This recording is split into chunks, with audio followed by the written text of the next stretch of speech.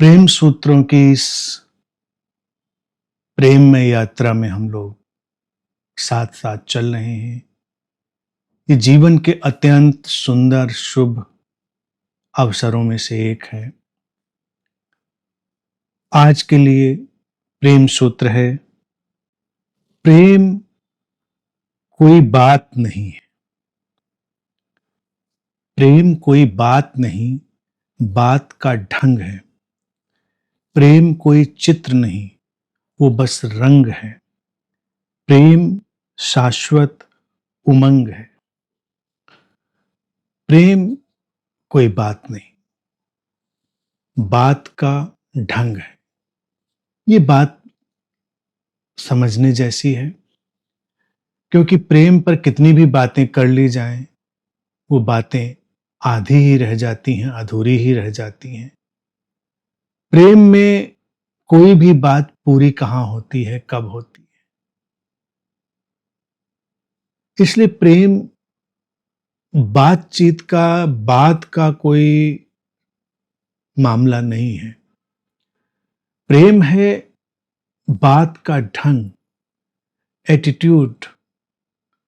हमारा जो ढंग है वो क्या होगा जीवन के प्रति, और वही प्रेम के प्रति ढंग बन जाएगा। तो अपनी बातों को हमें देखना होगा।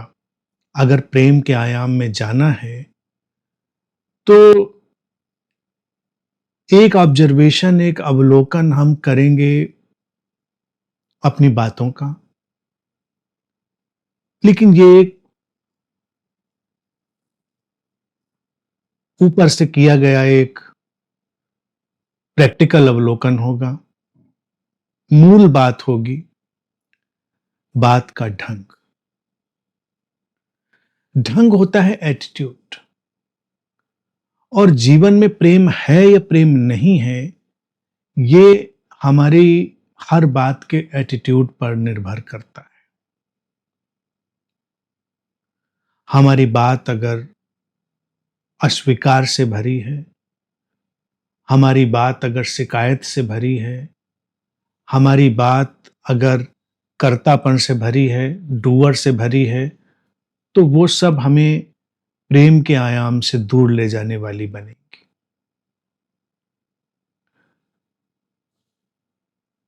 ये जो बातें हैं, ये बातें तो चलती रहती हैं, लेकिन ये जितने भी इसमें भाव इनबिल्ट हैं, स्वीकार के, शिकायत रहितता के, अकर्ता के, या इससे विपरीत, वो ढंग है, वो एटीट्यूड है।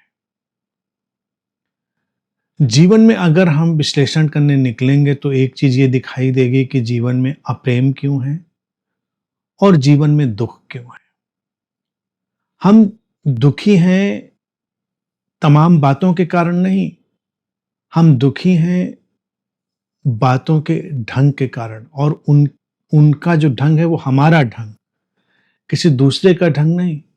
हमारी अपनी पर्सनल अप्रोच क्या है, हमारा पर्सनल एटीट्यूड क्या है, ये मायने रखता है, दूसरे का नहीं।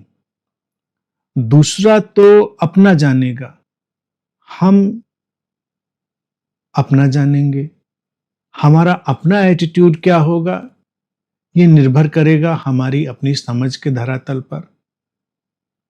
तो इसलिए प्रेम में जाना तो हर कोई चाहता है, और प्रेम के आयाम में गहरे प्रवेश भी करना हर कोई चाहता है, लेकिन हर किसी के लिए ये उतना संभव नहीं हो पाता, क्योंकि हर कोई बातों के ऊपरी धरातल पर उलझ जाता है और उसके ढंग में, उसके एटीट्यूड में प्रवेश नहीं करता। जिंदगी भी इसीलिए उलझी हुई लगती है कि जिंदगी के प्रति हमारा एटीट्यूड क्या है, हमारा ढंग क्या है।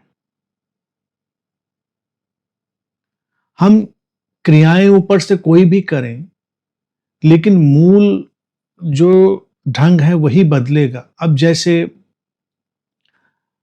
जीवन में जितना भी दुख होगा, अगर हम अभी प्रेम के आयाम में, प्रेम क्यों नहीं हो रहा है और जीवन में प्रेम नहीं है तो दुख है, तो उसमें अगर हम कर्ता और अकर्ता का एंगल देखें, डूअर और नॉन डूअर का एंगल देखें, जब हम अपने को डूअर कर्ता मान लेते हैं और दूसरे को भी कर्ता मान लेते हैं तो एक एटीट्यूड हो गया, एक ढंग हो गया। अब इस ढंग से जब हम देखते हैं अपने आप को और किसी दूसरे को, तो हमारे अंदर तमाम तकलीफें आती हैं। गिल्ट आता है, शेम आता है, प्राइड आता है, कॉन्फ्लिक्ट आता है, द्वंद्व, अहंकार, अपराध बोध, तमाम तरह के भाव हमारे भीतर सरकते चले आते हैं। और फिर जब दूसरे को हम उस कर्ता की तरह देखते हैं, डूअर की तरह, तो फिर वो शिकायतों वाला भी तल सक्रिय हो जाता है कि उसने ऐसा क्यों किया, या अपने प्रति सक्रिय हो जाता है कि मैंने ऐसा क्यों किया। ये बहुत सारे धरातल हमको परेशान करते हैं। कर्ता के एटीट्यूड के साथ ही शिकायत वाला एटीट्यूड आएगा और शिकायत वाले एटीट्यूड के साथ ही स्वीकार अस्वीकार का एक जंजाल खड़ा होगा। ये तीनों चीजें इसीलिए प्रारंभ में ही हमने ढंग के रूप में रखी। ये मूलभूत ढंग है। बाकी तो ढंग का पूरा परिदृश्य बहुत बड़ा है, बहुत व्यापक है। हम सारे ढंग फिर तलाशते चले जा सकते हैं उसी के अनुरूप, उसी के अनुसार। लेकिन अभी हम ऐसे ही देखें तो जैसे हमने कर्ता का रूप किसी को दिया तो उसने ऐसा क्यों किया। प्रेम है तो उसने किया या उसने नहीं किया। प्रेम हमने किया या नहीं किया। प्रेम में करने की भाषा, प्रेम में करने की भाषा कितनी बड़ी नादानी है। प्रेम तो घटता है, प्रेम एक हैपनिंग है। लेकिन प्रेम में व्यक्ति कर्ता को ले आता है कि प्रेम किया, या प्रेम किसी ने किया या मैंने किया, और फिर नहीं भी किया। दोनों बातें हैं। करने का आएगा तो फिर ना करने का भी आएगा, दोनों ढंग आएंगे। और हम आपस में देखें, प्रेम के जगत में इसी में उलझे हैं कि प्रेम करते हैं कि प्रेम नहीं करते। करने न करने का सवाल यहां पर कहां है। या होगा या नहीं होगा, या घट जाएगा या नहीं घटेगा। घटा तो ग्रेटिट्यूड है, नहीं घटा तो भी ग्रेटिट्यूड है। क्या कर सकते हैं। अब जब ये डूअर बहुत सशक्त होगा तो प्रेम और कर्ता का संबंध यहां पर हमारे लिए उजागर बहुत स्पष्टता से होता है इस सूत्र में कि प्रेम बात नहीं, सारी बातें कर्तापन की हैं। अकर्तापन में जाएं तो हम देखें बातें गिरने लगती हैं, फिर बातें बहुत ही उपयोगी, काम चलाऊ और कम हो जाती हैं। दूसरा फिर जैसा करेगा या जैसा नहीं करेगा उससे हम प्रभावित होंगे और हम दुखी होंगे, हम अनकंफर्टेबल होंगे, हम डिस्कंफर्ट में जाएंगे, हम प्रतिक्रिया में जाएंगे और सब चीजें उलझ के रह जाएंगी। अब जैसे हम अपना एटीट्यूड बदलेंगे, ढंग बदलेंगे, और ढंग के बदलने में पहला सूत्र और पहली जो प्रक्रिया है सबसे महत्वपूर्ण वो यही है। सबसे देखा जाए जो आधारभूत एटीट्यूड है। बहुत सारे एटीट्यूड ढंग तो हम देखेंगे, हम बदलते चले जाएंगे, लेकिन वो उतने मायने के नहीं हैं। वो तो शाखाएं प्रशाखाएं हैं, ब्रांचेज हैं। मूल एटीट्यूड है कर्तापन, डूअर। जैसे ही हमने डूअर का एटीट्यूड बदला, कर्तापन का एटीट्यूड बदला, तो क्या बदला, फिर हुआ दूसरे से भी जैसा हुआ वैसा हुआ, हमसे भी जैसा हुआ वैसा हुआ। इस क्षण में पूरी जागतिक परिस्थितियां, जागतिक नियम, हमारे जेनेटिक और दूसरे के जेनेटिक ढांचे, अप टू डेट कंडीशनिंग, इन सब फैक्टर्स ने मिलाकर एक कृत्य का आविर्भाव किया, एक कृत्य को प्रकट किया। अब इसमें तो किसी का कोई कर्तव्य है नहीं। तो इस एटीट्यूड में, इस ढंग में हम बहुत कूल, कंफर्टेबल हो सकते हैं। और जब कंफर्टेबल हो गए तो फिर शिकायतें भी नहीं हैं। शिकायतें आती ही हैं कि क्यों किया, किस लिए किया, कम किया, ज्यादा किया, कर सकता था, नहीं कर सकता था। और हम इस एटीट्यूड में, इस ढंग में देख लेते हैं कि जो हुआ वही हुआ, जैसे हो सकता था वैसे ही हो सकता था। अब बदलेगा कुछ, अप टू डेट कंडीशनिंग का ढांचा बदलेगा, जागतिक नियम की परिस्थितियां कुछ बदलेंगी, जो जागतिक परिस्थितियां हैं वो कुछ बदलेगी, कुछ बदलाव में कुछ फिर जुड़ेगा और घटेगा। अभी तो जो है सो है, अभी तो यही है। तो इस समझ के साथ हम बहुत ही कंफर्टेबल हो जाते हैं और वो कंफर्टेबिलिटी ही प्रेम का आयाम है। जो डायमेंशन ऑफ लव है वो है comfortability with the self, comfortability with the other, स्वयं के साथ सारे अंतर्विरोधों का समाप्त हो जाना और दूसरे के साथ, दूसरा कोई भी हो सकता है, ABCDXYZ, दूसरा कोई भी हो सकता है, दूसरे के साथ सारे अंतर्विरोधों का समाप्त हो जाना। अब ये जब अंतर्विरोध गिरेंगे और ये समझ आई और ये एटीट्यूड, ये ढंग बदला, तो फिर शिकायत के लिए जगह कहां रह जाती है कि ये ऐसा करता है या वैसा करता है। वो वैसा ही करता है जैसा उसका ढांचा है, जैसी उसकी अभी तक की कंडीशनिंग हो रखी है। कल को उसकी कंडीशनिंग बदल जाएगी तो उसका तरीका बदल जाएगा। अप टू डेट कंडीशनिंग इसीलिए मैं बोलता हूं, तो निरंतर बदल रही, मुझे सुनते सुनते कुछ बदल जाएगा, कहीं कुछ और देखते पढ़ते सुनते समझते बदल जाएगा। जब जो बदल जाएगा ढांचा, वो वाली क्रियाएं प्रतिक्रियाएं और उनकी श्रृंखलाएं शुरू हो जाएंगी। शिकायतें गई, शिकायत रहितता जब आई तो शिकायत रहितता ही प्रेम का वो रूप है जिसे हम प्रार्थना कहते हैं। प्रेम और प्रार्थना आपस में गुथे हुए हैं। प्रेम भरा हृदय ही प्रार्थना में होता है, लेकिन प्रार्थना में कर्ता वाला एटीट्यूड वाला जो मन है वो नहीं कभी जा सकता, क्योंकि उसके पास शिकायतें हैं। वो एक ईश्वर की परिकल्पना करके वहां भी शिकायतें और कर्तापन की ही बातें करता है कि तुमने ऐसा किया, तुमने वैसा किया, हे ईश्वर तुमने अच्छा कर दिया, हे ईश्वर तुमने बुरा कर दिया, ऐसा क्यों कर दिया, वैसा कर देना, ऐसा कर देना। सारी जो प्रार्थनाएं देख लीजिए वो सब इसी कर्तापन की ही तो हैं। कितनी भी वो मधुर हों, कितनी भी हमको कोमल दिखाई देती हों, लेकिन उनमें कर्तापन पिरोया हुआ है कि ऐसा कर दो, वैसा कर दो, मुझे शांतिमय बना दो, मुझे कल्याणकारी बना दो, मुझे निर्मल कर दो। कौन कर दे, किसको कर दे, क्यों कर दे, कहां से कर दे, कैसे कर दे, ये प्रश्न तो उठते नहीं। यहां कोई कुछ भी करने वाला नहीं है। जो घट रहा है उसके पीछे पूरी पृष्ठभूमि है, उसके पीछे जेनेटिक ढांचा है, उसके पीछे जागतिक नियम है, उसके पीछे जागतिक व्यवस्था है, उसके पीछे अप टू डेट कंडीशनिंग है, तभी तो हो रहा है। अब हो रहा है तो हम किसको कहें कि कर दो ना कर दो। तो जो शिकायत रहित चित्त आया, वो ढंग बात का जो हुआ वो प्रार्थनापूर्ण ढंग हुआ। प्रार्थनाएं करने की नहीं है। जिस हृदय से शिकायतें गिरी वो प्रार्थना में हो गया, कुछ नहीं करता, मौन में ठहरा है, बस शिकायत नहीं है। शिकायत का ना होना ही प्रार्थना का होना है। और इसके साथ ही पिरोया हुआ तीसरा ढंग जो बहुत महत्वपूर्ण है वो आ जाएगा, परम स्वीकार का, समग्र स्वीकार का, टोटल एक्सेप्टेंस का। वो ढंग आया, सब बदल गया। अब जब शिकायतें नहीं, कोई कर्तृत्व का दबाव नहीं, तो स्वीकार तो आएगा ही, परम स्वीकार आएगा, क्योंकि रेजिस्टेंस नहीं है, अप्रतिरोध है पूरी तरह से। ये तीनों फैक्टर पूरे हुए तो नदी बह निकली, जीवन की नदी बह निकली, वही प्रेम की नदी है। प्रेम की नदी ही जीवन की नदी है, जीवन की नदी ही प्रेम की नदी, वो कुछ और नहीं है। इसके सिवा जो कुछ भी होगा वो अप्रेम पूर्ण होगा। तो ये ढंग जब तक, ये मूलभूत ढंग, और ये मूलभूत तीन ढंग ही मैंने इसमें रखे, बाकी तो इनके साथ आप अनंत ढंग निकाल लेंगे।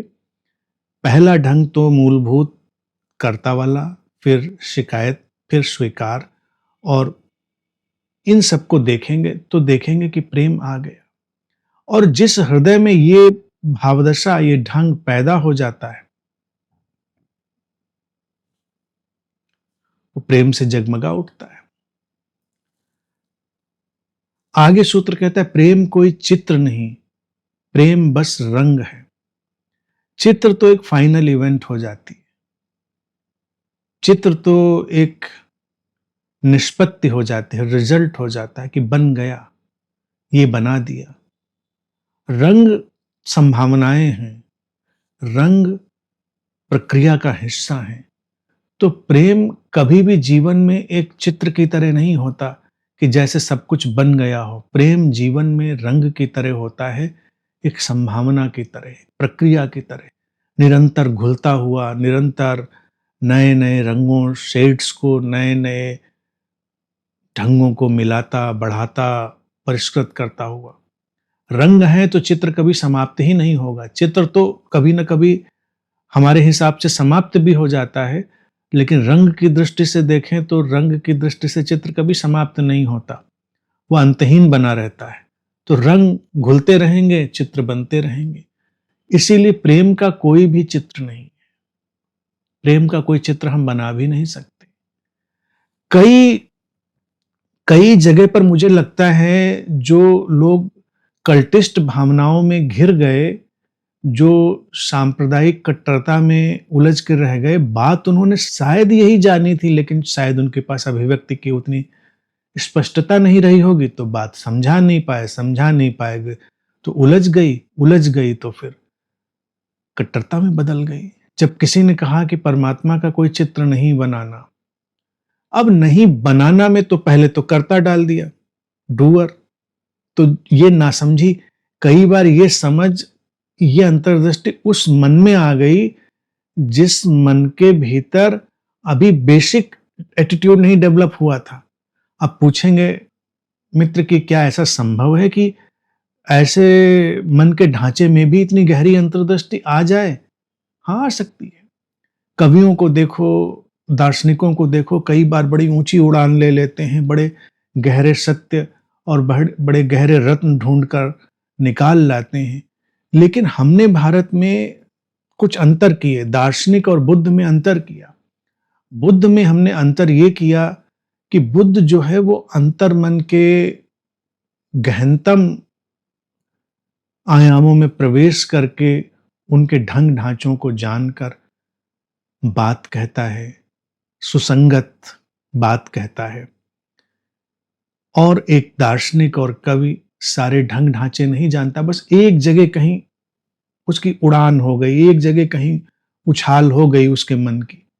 तो ऐसे किसी मन ने जब जाना कि हाँ, प्रेम तो रंग है, प्रेम का चित्र नहीं बन सकता, कैसे चित्र बनेगा, फाइनल कैसे कह देंगे उसको, कोई फाइनल जजमेंट कैसे दे देंगे? तो उस जगह वक्तव्य आया होगा कि परमात्मा का कोई चित्र नहीं बन सकता। और परमात्मा तो कुछ और है नहीं, परमात्मा तो प्रेम का ही विशुद्ध रूप है। तो ये कहानी को इतना गड्ढमड्ढ करने की जरूरत नहीं थी। अगर ये कहा जाता प्रेम का कोई चित्र नहीं होता तो ठीक था, प्रेम ही तो एक दिन शुद्ध रूप में होकर परमात्मा बनता है, और कोई परमात्मा अलग से तो होता नहीं। अब चित्र ना बनने का अर्थ है कि, चित्र बनने का अर्थ है कि चित्रित कर दिया हमने किसी को, हमने सीमाएं पहना दी, हमने उसको एक फ्रेम में टांग दिया, और रंग तो बस बहते चले जाने के लिए। तो इसको दूसरे तरह से कह सकते हैं, और दूसरी तरह से देखा जाए और सहज ढंग से अगर हम कहें तो ये हो सकता है कि प्रेम के अनंत चित्र हो सकते हैं। प्रेम का कोई चित्र नहीं है तो प्रेम के अनंत चित्र हो सकते हैं, कभी समाप्त ही नहीं होगा उसका चित्रित होना, क्योंकि वो रंग है। रंग तो उमड़ते घुमड़ते रहेंगे जीवन के आसमान में बादलों की तरह। तो वो रंग से उसका सामंजस्य ज्यादा है प्रेम का, चित्र से उसका सामंजस्य नहीं है। इसीलिए प्रेम में कोई फाइनल पिक्चर बनाने की कोशिश नहीं करनी चाहिए किसी को भी कि ये फाइनल पिक्चर है, अब बस सब स्पष्ट हो गया, अब सब सेटल्ड हो गया। प्रेम में कुछ कभी सेटल्ड नहीं होता। चित्र तो है फाइनल सेटलमेंट, और रंग है कंटिन्यूअस प्रोसेस, सतत प्रक्रिया। तो कभी भी फाइनल सेटलमेंट मत ढूंढो। अगर प्रेम में जीना है तो नेवर सीक फाइनल सेटलमेंट कि अब सब ठीक हो गया। सब कभी व्यवस्थित नहीं हुआ, ये तो घुमड़ता ही चला आएगा, रंगों का कारवां, रंगों का काफिला नए नए तरह से उसको नए नए ढंग से उभारता हुआ चलता ही चला आएगा। प्रेम शाश्वत उमंग है, सूत्र कहता है। शाश्वत उमंग, इटर्नल जॉय। अब पहले की दोनों चीजें पूरी कर ली, पहले की अगर दोनों चीजें जान ली, हमने ढंग को जान लिया, प्रेम के रंग को जान लिया, तो फिर तो उमंग ही उमंग है, इटर्नल जॉय है, शाश्वत। प्रेम में विषाद कहां, विषाद की जगह कहां? विषाद तो अप्रेम की अवस्था है। प्रेम आया, सारा विषाद गया और उमंग आई। उमंग के साथ जीवन में नई तरंग आई, जीवन में फिर तो रंग घुलते चले जाते हैं, ढंग बनते चले जाते हैं। एक ऐसी नदी जो कभी रुकती नहीं, न रुकने वाली नदी जीवन की बहती चली जाती है। प्रेम का यही आकर्षण है और प्रेम का यही आशीष भी है कि प्रेम है तो वो शाश्वत उमंग की तरह होगा। प्रेम है जीवन में और जीवन बुझा हुआ हो, जीवन राख राख हो, जीवन झुका हुआ हो, रुका हुआ हो, थका हुआ हो, चुका हुआ हो नहीं सकता। प्रेम है तो वो शाश्वत उमंग की तरह होगा, जैसे कल कल करके उछल कर बहती हुई नदी अपने मार्ग में आते अवरोधों को हटाती, आगे जाती, सारे कलरव को आत्मसात करती हुई। जीवन भी तब वैसा ही होता है। किसी के जीवन में प्रेम है कि नहीं है, वो शाश्वत उमंग की तरह। ये उमंग है, ये इटर्नल जॉय है, तो रग रग रोम रोम से छलकता है। ऐसा थोड़ा ही है कि व्यक्ति कहीं कुछ सेलिब्रेट करेगा, कुछ नाचेगा गाएगा, तब उसका वो जॉय दिखाई देगा। नहीं, वो इटर्नल जॉय, वो शाश्वत उमंग तो क्षण प्रतिक्षण उसके रोम रोम से प्रकट हो रही होगी, उसका रोम रोम नृत्य में और उत्सव में होगा। ये प्रेम का ढंग है और यही प्रेम का सौंदर्य भी है।